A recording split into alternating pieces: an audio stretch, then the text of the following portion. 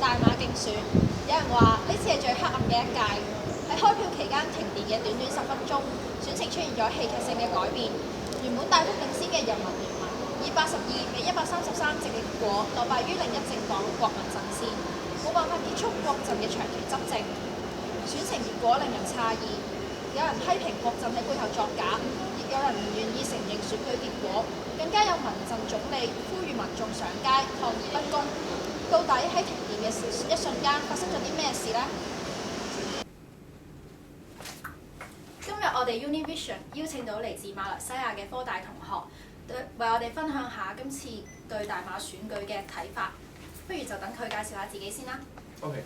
好 ，Hello 大家好，咁我叫阿 Carl 啦，咁我本身而家係讀緊土木工程 Year 3 Final Year 嘅 student 嚟嘅，咁我已經喺科大讀咗4年㗎啦，咁我本身係來自馬來西亞沙巴嘅。今次馬來西亞嘅選舉被譽為最激烈嘅一次，你認為呢次競選嘅結果係咪合理呢？嗱，其實合唔合理嚟講嘅話咧，雖然我哋睇好多新聞啦，其實我哋會覺得好唔合理。但係其實係一個 point 嚟講，因為今次執政黨佢玩嘅係玩你攞幾多個議席。咁本身我哋執政黨係一啲沙巴同埋沙撈越嘅嗰兩個省咧，即係我哋所謂嘅州啦。其實佢已經係肯定會贏嘅，佢已經攞咗47席。點解咧？因為嗰度係屬於啲比較郊區嘅地方，而佢哋嗰度嘅教育質素，所知道嘅認識嘅民主未必好多，所以今次話合唔合理嚟講，我會覺得就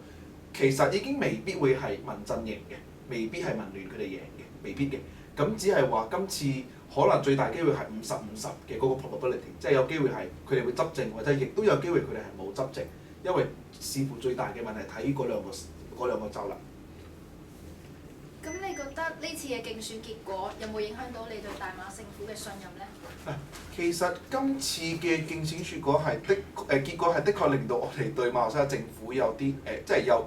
唔信任嘅嘢嘅。唔信任佢嘅地方係喺邊度咧？即係佢係唔肯，即係佢唔肯係話用最正當嘅方法去贏得今次嘅呢個選舉。咁的確我哋嘅信心係有跌咗，係啦。不過另一方面嚟講，都係因為要多謝佢哋而令到今次係大馬每一個種族嘅人都團結起嚟。因為之前咧我哋係好睇種族，馬來人、華人、印度人，而今次嘅呢樣嘢，因為到咗選舉之後，佢就講呢個係華人嘅海嘯，係華人嘅問題。咁其實事實上就唔係嘅，係啦。咁我哋之後都證明咗俾佢睇，其實今次唔係華人嘅海嘯，係馬來西亞人嘅海嘯啦。呢一次嘅競選會唔會影響你對選舉制度嘅信心啊？今次嚟講嘅話，反而就冇影響咗我哋對我本身嚟講啦，就開始係又覺得好唔公平。不過之後再諗，就係因為今次嘅呢個競選，令到我哋睇到其實有好多制度上嘅問題。而當然我哋呢樣嘢喺某一個程度上係冇信心，但係喺某一個程度上，我哋會對呢樣嘢仲更加有希望，我哋想改變，係啦，改變呢個而家嘅制度。咁你對於國民陣線基於種族嘅政治有啲咩睇法啊？嗱，其實呢樣嘢存在咗好耐㗎。咁其實好似對於我哋嚟講啦，本身我點解要嚟科大讀書，都有另外一個原因，即係嚟外國讀書，因為我哋呢啲華人，咁我哋本身係讀一啲我哋叫華教啦，即係華人教嘅中學。咁我哋係唔能夠喺政府嘅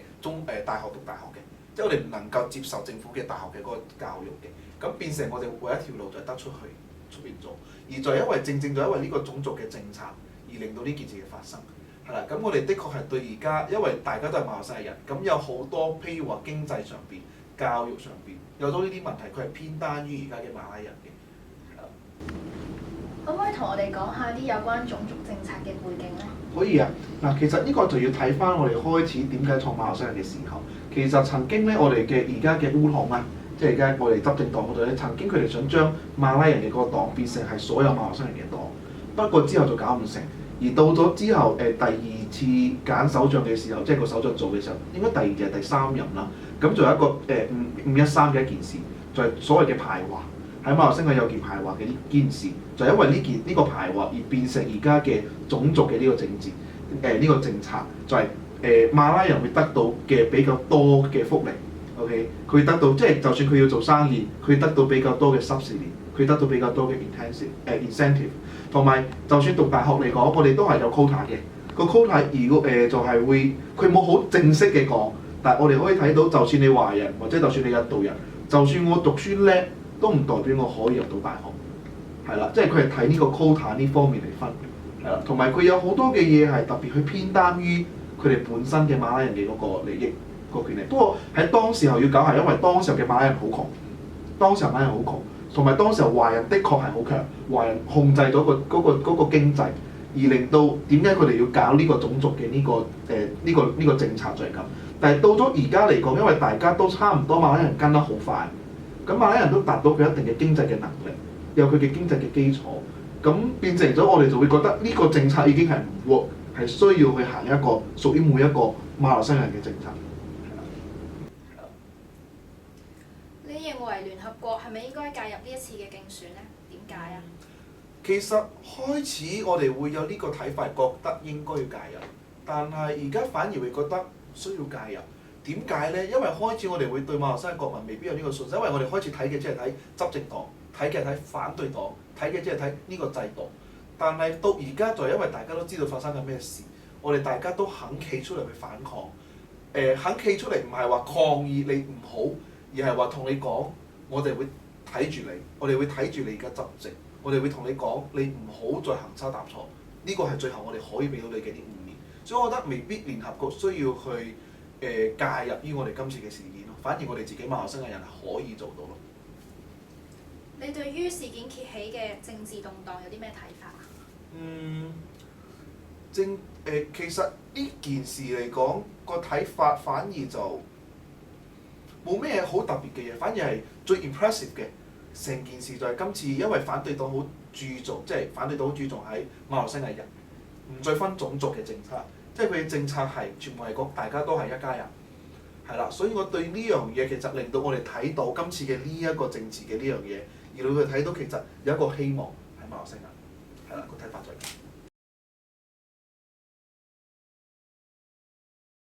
好，咁其實講翻呢個局勢，點解我哋話之前馬拉人佢比較窮嘅時候，咁到而家佢哋可以咁強同翻華人一齊，或者係同埋印度人一齊？其實我諗，因為係佢哋強，佢哋越嚟越賺，即係佢哋經濟能力越嚟越好，而令到而家嘅執政黨越嚟越貪污啦，係啦，即係個貪腐嘅問題。而到咗之後，而家反對黨嘅領袖即係安華，咁佢見到呢件事，然之後佢都令到我哋再睇到一個新嘅 concept，就係所有馬來西亞人。而令到馬來人、華人、印度人、其他嘅種族一齊互相去尊重大家，一齊去搞呢個馬來西亞。同埋其實而家個 point 唔係在於我哋係支持唔支持執政黨嘅問題，或者係支唔支持反對黨嘅問題，而我哋係支持嘅我哋嘅馬來西亞。而我哋只係想有一個好嘅一個選舉，我哋去揀一個可以搞好馬來西亞嘅政黨，或者係搞好馬來西亞嘅一班人，就係咁多啦。咁其實比之前我哋大家睇到嘅只係執政黨做完就夠，但係而家我哋開始大家意識到一樣嘢，就係我哋知道咗係我哋揀個政府，而唔再係政府揀我哋，而我哋就係要好好利用我哋馬來西亞公民嘅呢個權利去做呢樣嘅嘢。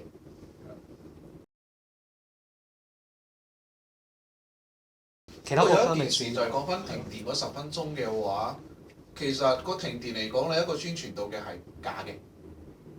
其實個停電嗰件事咧，即係佈置燈嘅嗰個停電嘅 particular 嗰個 case 係假嘅，係冇發生過嘅，